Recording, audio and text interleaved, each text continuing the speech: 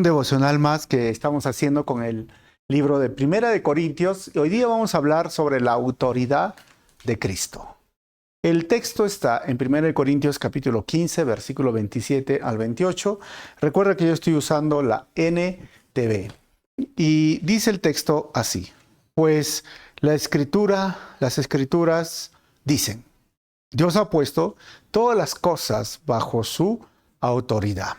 Claro que cuando dice, entre paréntesis, ¿no? Claro que cuando dice todas las cosas están bajo su autoridad, no incluye a Dios mismo. Estamos hablando del Padre, quien le dio a Cristo su autoridad. Cierra paréntesis. Versículo 28. Entonces, cuando todas las cosas estén bajo su autoridad, el Hijo se pondrá a sí mismo bajo la autoridad de Dios, para que Dios, quien le dio a su Hijo la autoridad sobre todas las cosas, sea completamente supremo sobre todas las cosas en todas partes. ¿Y de qué hablamos acá cuando dice las cosas y todo? Recuerden que Pablo escribe esta carta en base a muchas interrogantes y preguntas de la iglesia de Corinto, y hemos hablado en los devocionales anteriores, puedes verlo en la lista de reproducción, pero el tema en cuestión en este capítulo 15 es sobre la resurrección de Cristo. Habían personas que decían que no hay resurrección. Se habían dejado seducir, se habían dejado influenciar por la filosofía griega, por el gnosticismo, y ya en esa época eran los temas de actualidad. Y entonces Pablo ha escrito desde el versículo 1 acerca de la resurrección, y hemos visto y hemos mostrado y hemos dado tantas evidencias de que sí sucedió la resurrección de Cristo, la resurrección de nuestro Señor. Es más, Él es un vencedor porque venció la muerte, y en los versículos anteriores dice que el último enemigo que será destruido es al final la muerte. Pero ahora, entonces, dándole toda la autoridad y todo el poder a nuestro Señor, Pablo escribe estos dos versículos que hemos leído el día de hoy. Pablo plantó esta iglesia de Corintios entre el año 57 al 60 y desde ahí escribe esta carta en su segundo viaje misionero. Pero miren, dos puntos muy importantes que necesitamos entender, y espero que podamos un tercero muy especial respecto a estos versículos. Las primeras discusiones, lo primero que vamos a ver es el Hijo y el Padre se muestran acá. Nosotros vemos a la luz de las Escrituras la bendita Trinidad. Dios es uno, pero Dios es Padre, Hijo y Espíritu Santo. Los tres son uno. Esa es una doctrina, hermanos, que está no quizás de forma explícita, así como dicen Dios Padre, Dios Hijo, Dios Espíritu, pero está de forma implícita desde Génesis hasta Apocalipsis. Obviamente una revelación de menos a más, donde dice hagamos al hombre. Hagamos, ese es el plural meyastático, habla de más personas.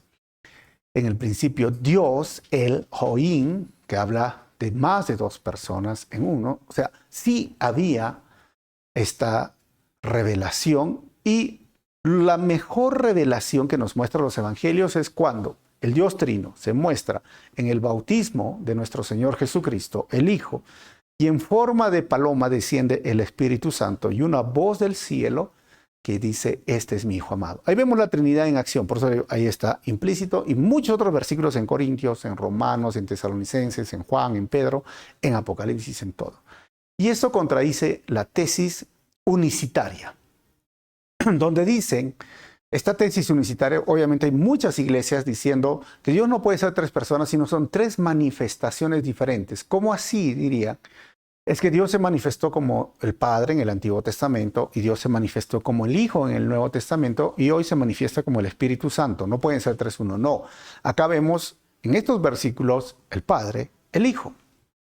Así que tengámoslo muy presente. Número 2, dice, ahora, cuando todas las cosas estén bajo su autoridad, el Hijo se pondrá a sí mismo bajo la autoridad de Dios, ¿no? Para que Dios, quien le dio a su Hijo la autoridad sobre todas las cosas, sea completamente, sea completamente supremo sobre todas las cosas. O sea, a pesar de que estamos hablando de la Trinidad, Dios, Padre, Hijo, Espíritu Santo, hay un orden. un orden del Padre, el Hijo y el Espíritu Santo, y hay una subordinación, pero no significa inferioridad, sino trabajo en equipo, si podemos llamarlo así. El Padre es Dios, el Hijo es Dios, el Espíritu Santo es Dios, pero el Padre no es el Hijo, ni el Hijo es el Padre, pero el Padre no es el Espíritu, ni el Espíritu es el Hijo, ni el Espíritu es el Hijo, ¿se dan cuenta? Ni el Hijo es el Espíritu. Parece un enredo, sí, pero ¿sabes? Esto ya por todos los concilios, especialmente el concilio de Trento y el concilio, se ratificaron y dijeron, esta es la parte muy importante, y el concilio de Nicea y muchos otros concilios, y es más, en Westminster por los 1780, 1800, que sucedieron todas estas determinaciones de la Trinidad. ¿Sí? Entonces todo esto nos hace entender que debemos seguir manteniendo la Trinidad, Dios Padre, Dios el Hijo, el Espíritu Santo, porque hay tres famosas malas interpretaciones. Uno se llamaba el ebionismo, ¿no? Y el ebionismo era muy parecido al unicitarismo que les dije, ¿no? O sea, mira, Dios no es así, Dios era Padre, Dios era Hijo, Espíritu Santo, Jehová, uno Dios, uno es. Bueno, descartado, porque no nos muestra esto la palabra. Había otra doctrina que se peleaba y se discutía mucho, se llamaba el adopcionismo. ¿Y qué significaba? Ellos decían que Jesús nació como un ser humano, pero Dios lo adoptó como su hijo desde el bautismo y lo abandonó y lo dejó a su Espíritu Santo. Por eso él decía, Padre, ¿por qué me has desamparado? Justo en la cruz. Así que no murió como 100% Dios, 100% humano, sino como un ser humano. Totalmente descartado. ¿Por qué? Porque las escrituras muestran lo contrario. Y el otro que existía se llamaba el arrianismo. Arrio fue el que lo puso, lo presentó, diciendo que Jesús no era Dios, sino Jesús era un Dios, en minúscula. ¿Por qué? Usaban mucha la lógica. Decían, tú siendo hijo, ¿eres igual a tu padre? No, pues por eso él era un Dios, porque él es el primogénito de la creación de Dios. Es decir, él fue el primero creado antes que el mundo. Totalmente descartado, porque cuando habla de esa palabra primogénito, del protococos que se llamaba, significa preeminencia. No está hablando el primero en su clase, sino que Dios le da toda la autoridad, y como dice Colosenses en el capítulo 2, capítulo 3 que leemos, Dios que le da, por medio de él, de Jesucristo, fueron creados toda la tierra, fueron creados para él, por él, y por medio de él subsisten. O sea, él es la máxima autoridad. Por esto ahora en este versículo Pablo dice, ¿sabes? Sí, le va a dar la autoridad, su reino, porque esto es lo que habla en el versículo anterior, 1000 años, un reino literal, pero al final después, miren, en esta Trinidad y en este equipo que, como les digo, no significa inferior que sea el Hijo, el Padre, sino que son roles que se cumplen, ¿sabes? Le va a dar al Padre, al final, completamente, para que sepan que es supremo sobre todas las cosas, en todas partes, pero sigue siendo Dios. Y lo último, hermanos, recuerda, nosotros creemos en el Padre, en el Hijo y en el Espíritu Santo. Los tres son Dios. Y el Padre, el Hijo y el Espíritu Santo actúan en mi salvación. ¿Cómo?